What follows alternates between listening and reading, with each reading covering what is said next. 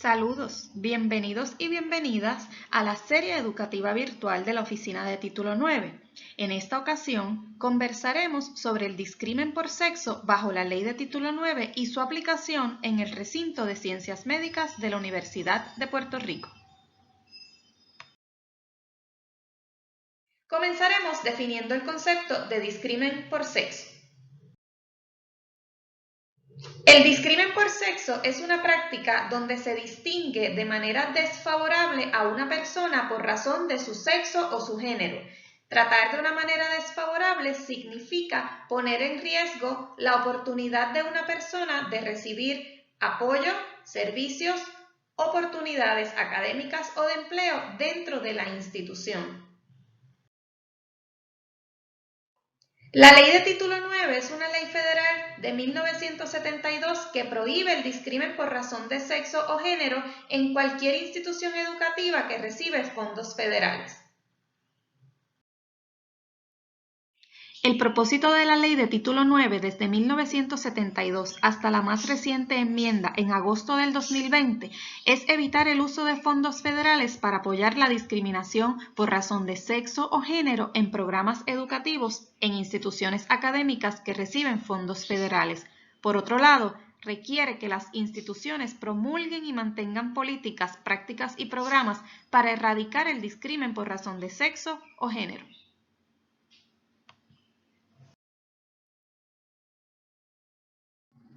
¿A quién protege la Ley de Título 9? Es importante señalar que este requerimiento federal protege a estudiantes, personal docente y no docente, candidatos y candidatas a admisión y empleo y a los visitantes que buscan los servicios en el recinto de ciencias médicas.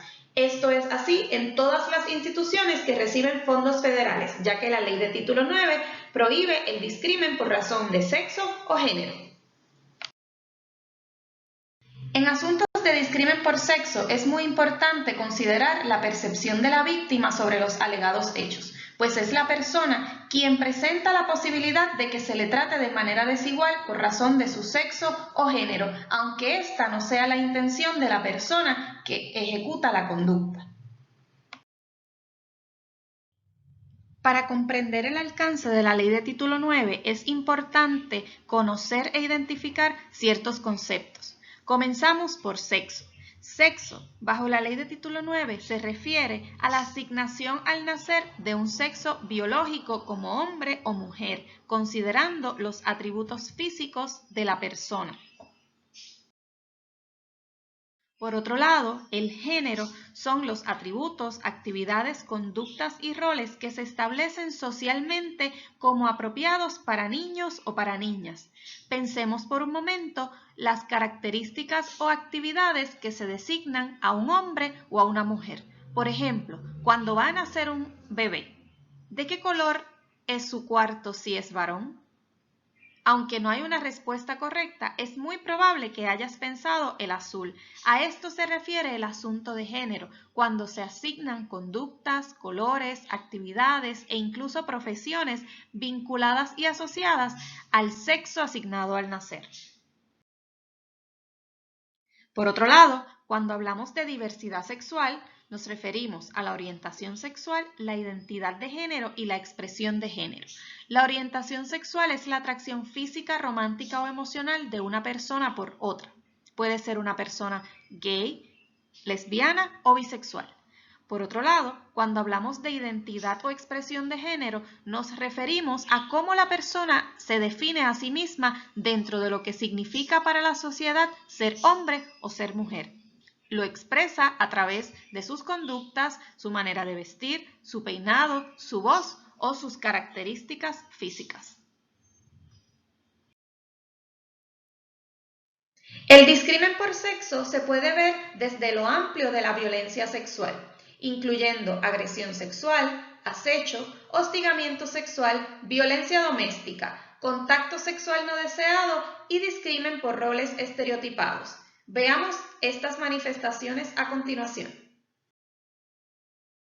La agresión sexual es cualquier ofensa que constituya violación, actos lascivos, incesto o violación estatutaria. Esto según el Código Penal de Puerto Rico.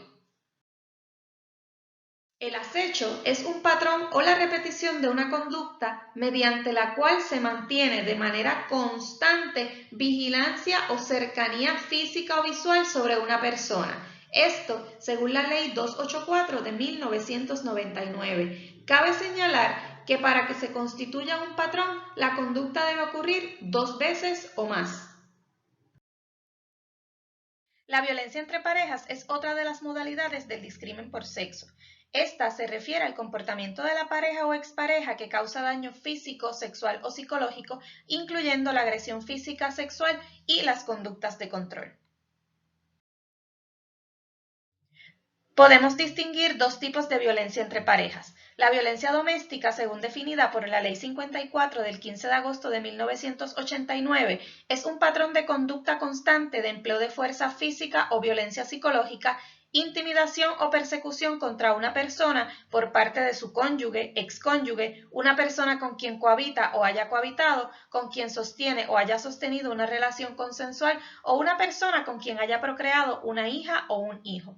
Por otro lado, la violencia en el noviazgo es la violencia cometida por una persona que tiene o ha estado en una relación social de naturaleza romántica o íntima con la víctima. La violencia en el noviazgo incluye, pero no se limita a abuso sexual, físico o la amenaza de dicho abuso. El hostigamiento sexual es toda conducta sexual no deseada que limita recibir un servicio o genera un ambiente hostil. Bajo la nueva regulación de Título 9, el hostigamiento sexual es una definición sombrilla que incluye una de las siguientes situaciones. En primer lugar, un empleado o empleada condiciona oportunidades educativas a la participación en conductas sexuales no deseadas, es decir, quid pro quo. Por otro lado, la conducta inadecuada es tan severa, generalizada y objetivamente ofensiva que limita el acceso a un programa o actividad educativa, o agresión sexual, violencia en el noviazgo o acecho, según definida en el Violence Against Women Act. Vamos a distinguir entre las dos modalidades del hostigamiento sexual. La primera es el quid pro quo, donde se solicita una conducta sexual no deseada contra una persona como término para recibir empleo, estudios o cualquier oportunidad o servicio. Esto se da en relaciones de poder, donde la persona que tiene poder, como puede ser un profesor, profesora, supervisor o supervisora, siente que tiene la capacidad de obligar a la otra persona a aceptar dicha conducta. Por otro lado, el ambiente hostil se crea cuando hay chistes, comentarios y cualquier tipo de conducta sexual no deseada por parte de la persona. Esto incluye el uso de recursos de la tecnología de información. Algunos ejemplos de conductas que pueden constituir hostigamiento sexual incluyen piropos, miradas, gestos, abrazos, comentarios sobre el cuerpo, fotos, comentarios sexuales. Es importante señalar que estas conductas son hostigamiento sexual cuando la persona hacia la que van dirigidas siente incomodidad e inseguridad. Cuando hay consentimiento y la persona está de acuerdo con dichas conductas, no se constituye hostigamiento sexual. Hablemos entonces de los roles estereotipados de género. Un estereotipo es un prejuicio o un criterio que se establece socialmente para definir las conductas, características e intereses de una persona. Cuando estos estereotipos están vinculados al género, se relacionan con las expectativas que tenemos de alguien por ser hombre o por ser mujer. Pueden observar que algunos de los roles estereotipados de género incluyen que las mujeres están en el espacio doméstico o en profesiones de cuidado, mientras que los hombres están en el espacio público realizando tareas físicas. Es importante señalar que la ley de título 9 incluye dentro de sus definiciones el discrimen por razón de género como una de las modalidades que se requiere investigar. Los derechos que garantiza la ley de título 9 incluyen la igualdad de oportunidades educativas o de empleo, independientemente de sexo, identidad o expresión de género, ambientes libres de intimidación, discrimen o acoso, presentarse de una manera que sea coherente con su identidad y expresión de género, cumpliendo con las prácticas y características de lo que se espera en términos de la vestimenta para cada una de nuestras escuelas, denunciar situaciones de discrimen por sexo a la institución, recibir orientación acerca del procedimiento para presentar una queja sin que esto medie la obligación de presentarla. Importante señalar que si se presenta una situación a nuestra oficina que puede poner en riesgo la seguridad de cualquier persona en la institución, es nuestra responsabilidad proceder con la investigación. Delatar cualquier represalia. Cuando hablamos de represalia nos referimos a acciones que se toman en contra de una persona por presentar una queja, ser parte del proceso, incluyendo los testigos de una investigación. Pero sobre todo hablamos de la privacidad en los procesos para salvaguardar la seguridad e integridad de todas las personas implicadas. Hablamos de privacidad porque hay alguna información que debemos compartir con las oficinas que gestionan medidas de protección o cautelares, como puede ser un permiso de estacionamiento o apoyo psicológico o de consejería.